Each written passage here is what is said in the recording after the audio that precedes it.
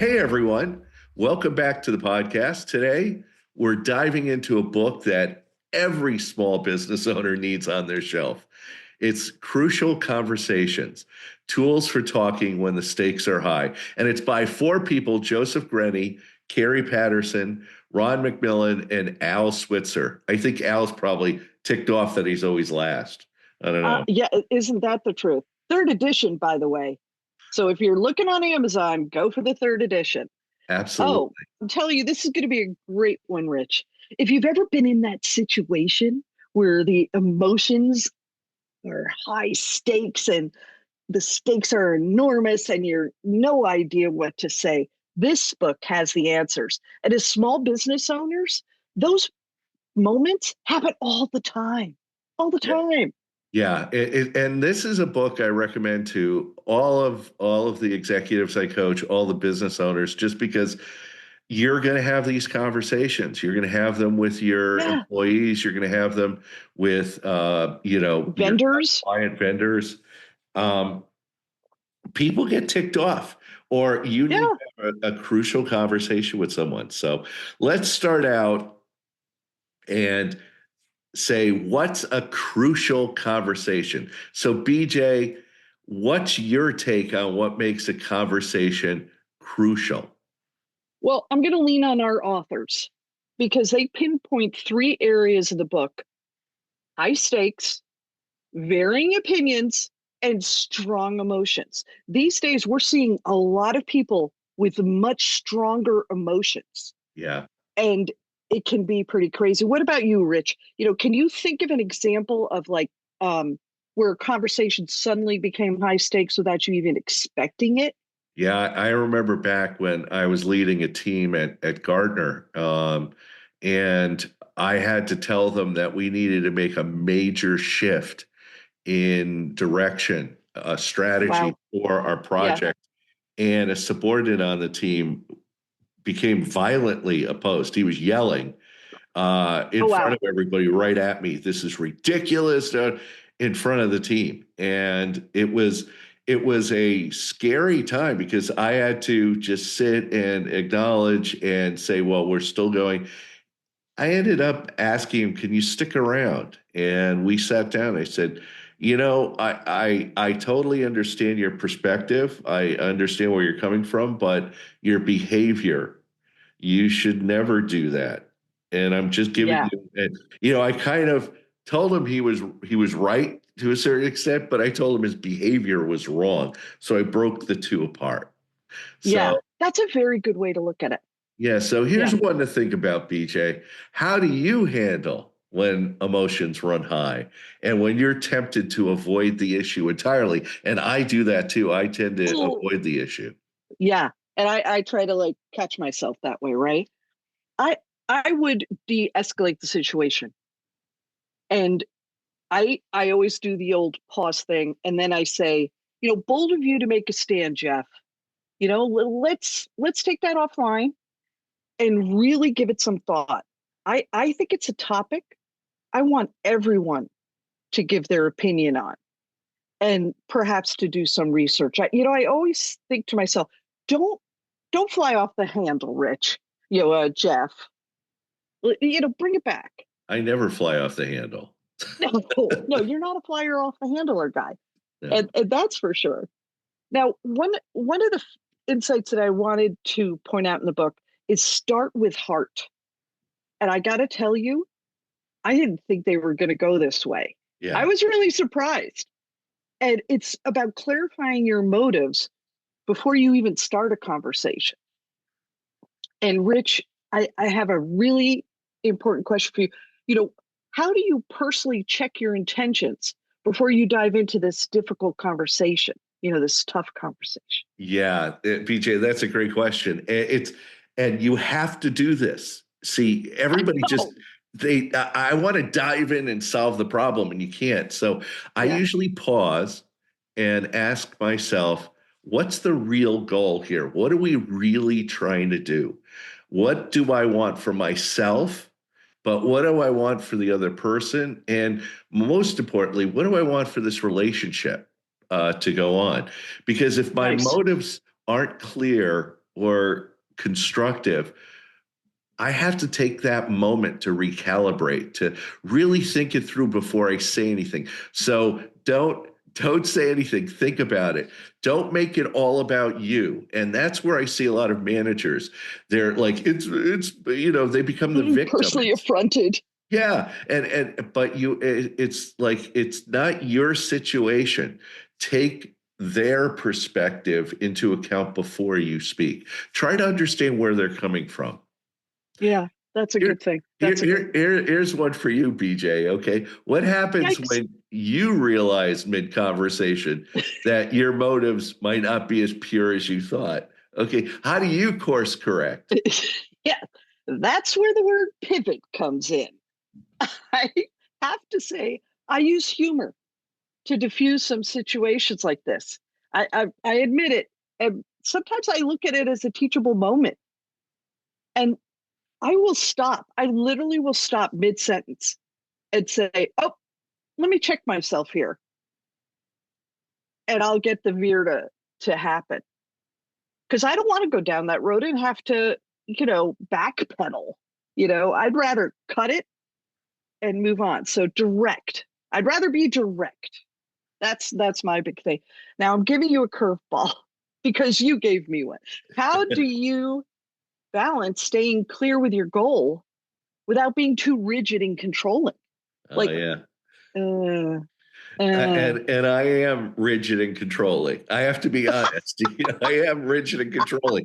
And that's we all have to work on things. And I think yeah, this is the one when I recognize this, I focus on the outcome. And I have to yes, stay open to new perspectives because they might have a better idea than I do. And that's something that I teach my clients. Remind myself that collaboration often leads to better solutions than sticking to my plan. Okay. Yeah, yes, I try to be flexible and in the moment.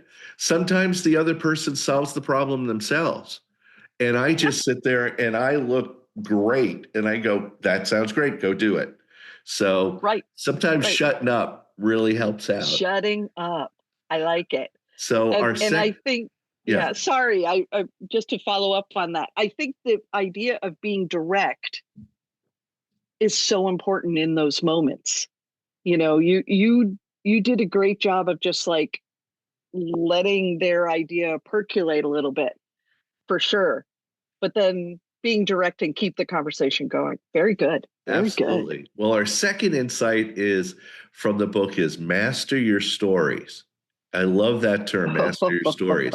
So what it is it's all about separating the facts from the assumptions or judgments we often create. Okay. BJ, have you ever caught yourself creating a story that ended up being way off? Oh, oh, definitely, definitely. This happens when I'm not mindful of my audience. Like I get a sense. You can sense it. Am I right, Rich? Even Yeah. Rich does much larger presentations, so sometimes he doesn't see everybody's face. But you do see the first couple of rows. Um, but I don't know. I can sense it, and then I can course correct. Yeah. But if I'm not sure, I just own up to it. I own up to it on the spot because I feel being direct is the best way of doing things. Um, and that's the most important. Now, here's my question to you.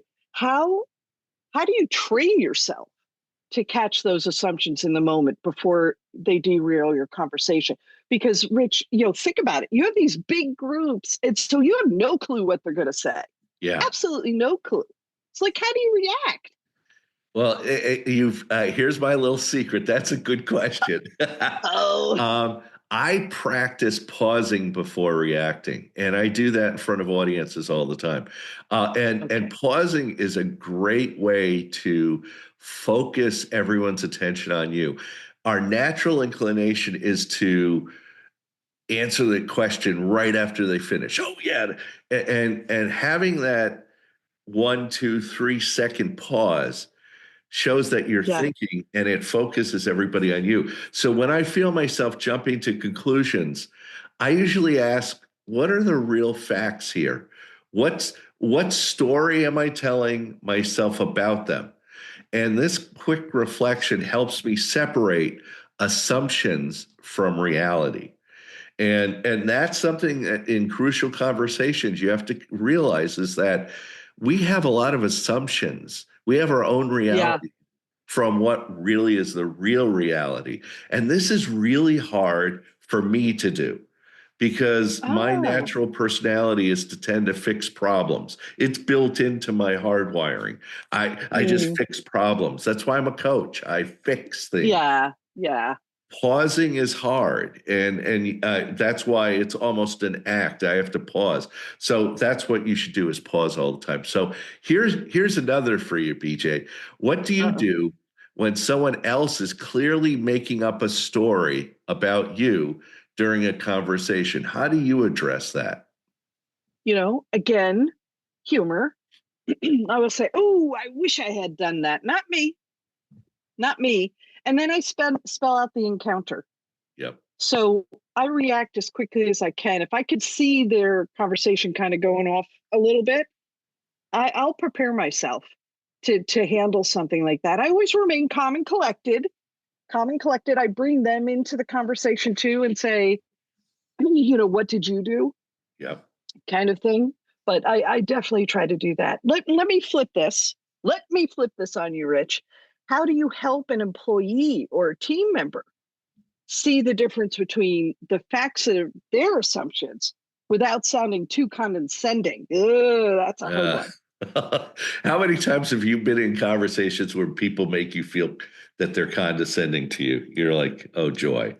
Um, I focus on what I call curiosity and collaboration. Ew. I might say something like, let's look at what we know for sure versus what we interpret. Okay. Can we break Sure. this down together? So Yeah. it's not just me telling them what reality is or what I think. It's like, let's work together. This keeps the tone neutral and encourages shared problem solving. I have to Right. say, I am really good. I was terrible before at pausing. I'm really good at this because Love it. I am collaborative by nature and I like working with someone to solve a problem. So this comes naturally to me. Yeah. And I think that this, in our business, we call it brainstorming. We immediately will go into that mode, not even thinking about it. We go into that mode, and that's where we get some of the best ideas that we do it. And we keep the conversation de-escalate. It's nice and calm. So it's awesome. So the third insight, make it safe. And I got to tell you, this is a huge one, Rich. Creating safety in a conversation. If people feel unsafe, they either shut down or become defensive. You've asked for it if you don't make them feel safe.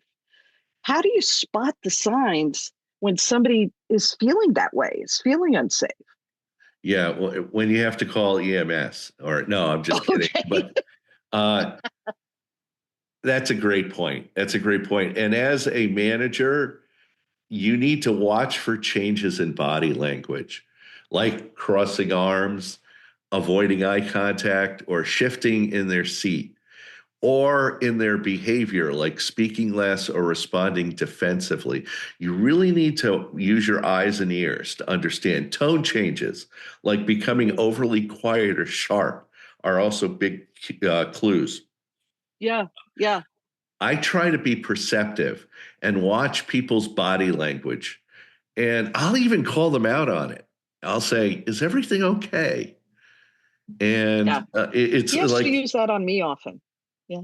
is everything okay? Are you okay? What's going on? And people naturally, oh, everything's fine. I go, I don't think so.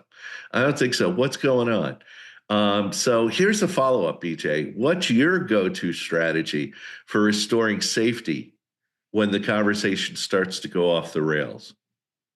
And I think this is a little like what I had talked about before, where you definitely use that pause, but you also will say, let's take a minute out here, guys. Let's Yeah. take a minute out. We're here. I need you here. I'm putting my hands up and down, and just by saying that, someone will know that they went a little too crazy, Yeah. right? And especially don't want team member to team member fight. No, no, no. That's not what we're all about, right, Rich? Absolutely. I call it asking a permission question.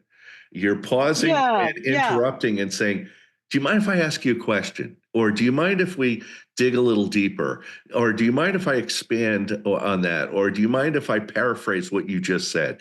Asking a permission question stops it yeah. and and it gives you the floor to tone people down, especially if this conversation starts to go off the rails. Yeah. And I think it's an uncomfortable pause you can make. Yeah. They all feel it. If they've ever been in a meeting with you and the uncomfortable pause occurs, they're preparing. Yeah. They know that you are about to bring that conversation back to where it should be. And about preventable measures? How do we create an overall climate and culture in your business where safety is a norm during conversations, Rich? Think about that. Yeah, that's great, and especially in times like today where certain people are overly touchy about things. There's this victim attitude and stuff like that. Yeah. I lead by example. Okay, I try to stay calm. Okay. I try to actively listen. Most of all, I show respect in every conversation. I'm not flippant. I don't like throw what they're saying out. I listen, I paraphrase, and I show respect in every conversation. I Nice. encourage open dialogue. Look, I'm a coach, okay? I Right. encourage my clients to have an open dialogue, celebrate honest feedback, and clarify that mistakes are learning opportunities. We've heard that so many times, but they I really know. are not punishable offenses. And I actually would say to people, look, I'm not here to punish you. We're here to learn from this. I'm learning, Right. you're learning. So Yeah. it's true. So let me ask this: is there ever a time when making it safe feels impossible? What then? Oh. I think you have to completely shut down. Yeah, You have to completely shut down that situation. And as a boss, as a leader, that's part of what has to happen. yeah, You have to let it not go forward. yeah. You got to And you walk away. either, yeah, walk away. And you might say, you know what? We need to end this conversation right now before we regret it and just move on. You know what's so interesting? I thought of when you were talking, you're talking about being present in a Yeah, conversation, right? When a person goes off the rails and they're crazy, they're not present. yeah, You know what they've just done? They're dragging up something in their past, bringing it into the conversation, and they're losing it. They actually appreciate you bringing it back. What do you think, Rich? yeah. Oh, absolutely. People are never mad about what they're really mad about. And Thank it's you. it's usually baggage that they've been carrying. And Right. this is the fuse that lit them off, that set them off, and they're angry. And so as a manager, if people are just off the rails losing it, I just go, I'm going to end the conversation. I'm walking away. You need to calm down and let's discuss this later. And Mhm. what that does is that brings a seriousness of, uh-oh, Hmm. I might have stepped over the line. Right. I'm an And adult. and also from the manager's perspective, it's like, I'm not going to put up with this. Okay. Like this is a job. This isn't like, I mean, again, there are jobs that are life and death, but we're not trying to save lives here. Stop getting angry about, your email's not working This or something like that. deliverable. Yeah. This deliverable or something. I had one boss who said, "Oh my God, how many suitcases are you going to bring into this conversation?" Yeah. And I thought, "Holy cow, that is so awesome!" But again, completely diffused the whole thing, Yeah. and everybody, was able to kind of get back to it. So anyway, it Well, happens.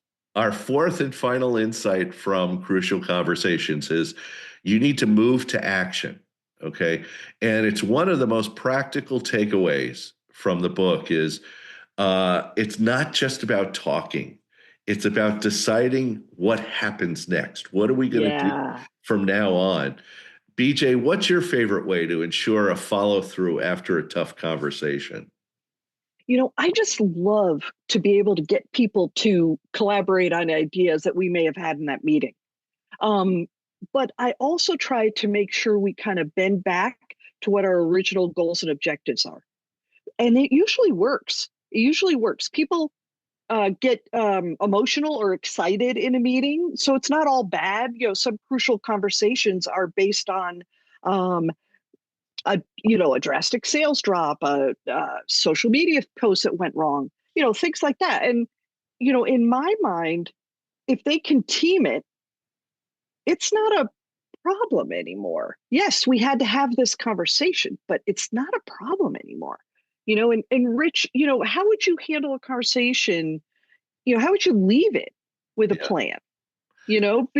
But other people don't always follow through. So, how can you be the one? Yeah, a lot of managers tend to, okay, we've had the conversation and we're done with it. And I'm like, no, you're not. No, no, No, you're not. no. I follow up quickly with a reminder, okay, phrased Me as too. a collaborative check-in. The magic word there is collaborative. Hey, I just Yes. wanted to touch base on what we discussed. Is there anything getting in the way of moving forward? Okay. This opens the door for dialogue without sounding accusatory. Again, we're collaborative. We're working together to solve the problem. A lot of people that get mad or you have this conversation, they're looking to you to solve the problem. And you're like, no, you and I are going to do it together. So taking action and checking in really helps. Mm, Here's a definitely. twist. Here's a twist, BJ. You ready? Oh no. What's Oh no. your process for holding yourself accountable to action steps you agree to? It's right after the meeting, I take notes and I just give myself a minute to think. And I outline how I want to follow it up. You're thinking of obviously the solution and keeping that solution in mind. And with the meetings now are all transcribed, Yeah. it just makes my job so much easier. I can just go down that list and kind of, get all the questions and give them back to my teams. Um, it's wild because you have to do it as quick as you possibly can. And to your point, that's where some people fall down. They just think it's going to magically happen. No, it's not. So you have to really be a good leader. So here's one for you. When you have multiple stakeholders in the same conversation, how do you ensure everyone's in line as to what's happening next? Well, I'm probably going to parrot what you just said, BJ, which is Awesome. I also summarize the key points and decisions, and it's so much easier now with AI. In conversations, it'll just I summarize know. everything and confirms everyone's understanding. Like, let's recap. Here's what we have agreed to, and who's responsible for what. This is built into my personality. Does that Yes. align with everybody's expectations? This avoids confusion and ensures accountability. So when we walk out of that room, everybody's on the same page. So it really works out well. So, It sure does. Oh my gosh. all right, BJ, this has been a long one, but I think I know. this is a critical book. You've got to get this book. All right.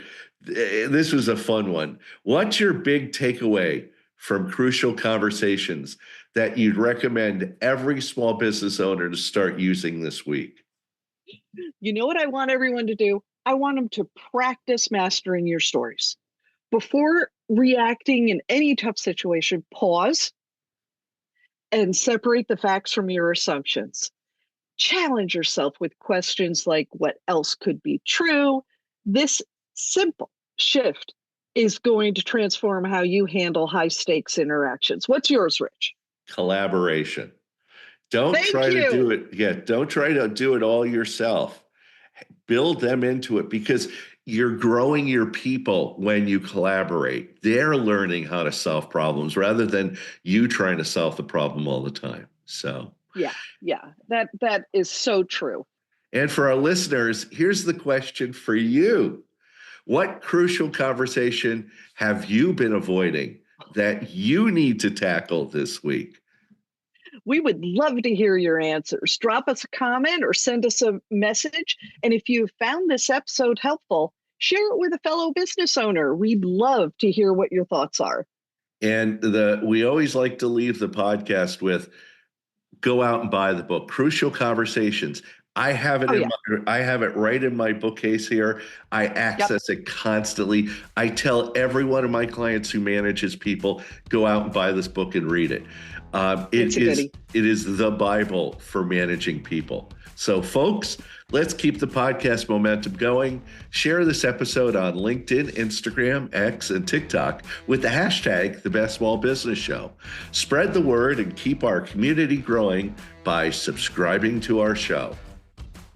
Folks, ready to take your business up to the next level? Reach out to Rich G at richg.com for top-tier business coaching that drives results. And folks, for all things brand marketing and website design, contact my podcast partner, BJ Flagg, at newrenew.com and make your marketing remarkable. And a big shout out to our editor and producer, Richard Scalzo, who makes us sound so professional in every episode. Have an unbelievable week. Crush those goals, read those books, and hey, we'll catch you on the next episode.